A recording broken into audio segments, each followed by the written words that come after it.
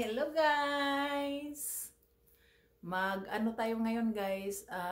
Bisitahin natin yung damit natin 7 years ago na po na sinusuot ko yung damit na to at hindi po nalalabhan. Dapat malabhan na ito kasi inaagup-up na guys. Yung ano natin, yung gown natin sa ating kasal ba. Inagup-up. Tingnan natin guys ha. Hello. Nandito lang talaga guys. Ito guys, nandito lang talaga guys. Meron pang ano, laman na ibang klase-klaseng damit. Ano to? Ay, kay Mr. ito. Hala, basigi kut-kut na ni siya sa kuan. Basigi kut-kut na guys sa ilaga ang ating damit. Gisulod na to og kaban guys. Mahiwagang kaban. Ayan. Wala, ang damit natin po ay ang damit natin sa kasal po guys, 7 years old na, giagupop na siguro to guys, walang laba-laba. Dadalhin po ito guys sa labahan. Kasi hindi pa ito talaga nalabahan guys. Mula-mula na sinusuot ko. Si Mr. daw magpapakasal daw uli sa akin. Oh, magpakasal daw muna uli sa Pilipinas pag ano na kami, pag mag 25 years na kami ng kasal, no? So 7 years na ano na lang, 18 years na lang ang kulang para magpakasal kami uli ni Mr. sa Pilipinas. Pero ito guys, giagup-up na talaga siguro guys. Oh, di ba? Pagkatapos ko itong isusuot guys sa pangalawang beses, pwede na itong go. Pwede na itong ibigay.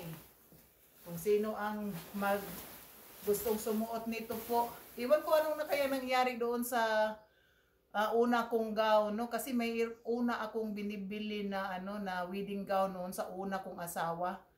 5,000 daw yun yata binibili doon. Noon pa yun,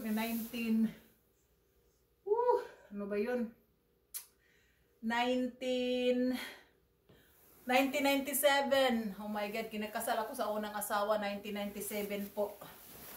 Oh, hindi, wala akong palad doon sa yun ang nagdala sa akin dito.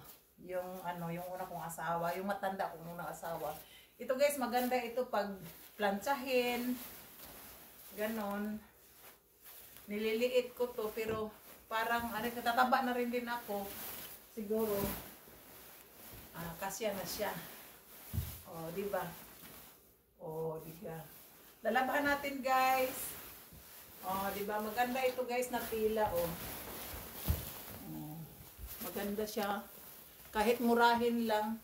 Ang kaminyoon po, ang pagpapakasal po, hindi sa pabungga-bungga. Kung ano po, kung kaya ninyong maibungga yung kasalan, okay din yan kasi sa inyo yan. Karangalan ang yung sa dungog ninyo ba, sa dungog ninyo nga kana inyohang kasal, bunggang-bungga. Pero ako guys, dili manggug ko hilig anang magiging team ako na bunggang-bungga ako tapos pobring-pobre ako. Nakakahiya ba? So, okay na lang ito guys. Ito po guys ay binibili ko sa Facebook noon. $100 lang po guys. Kasama pa itong dito guys. $100 lang po. Binibili ko sa Facebook. Siguro, ang nito, naghiwalay daw.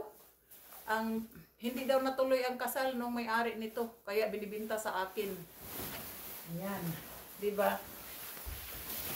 So, binibili ko 100. Okay na. Okay ng 100. Matanda na naman ako. 45 na ako nang nagkasal ako kay Mr. So, labahan natin ito guys kasi mabuti hindi inaagup-up oh. Ini-share ko lang sa inyo. Kasi parang ayan guys, oh, may clip pa dito. Oh, diba? Bye-bye guys. Yun lang po.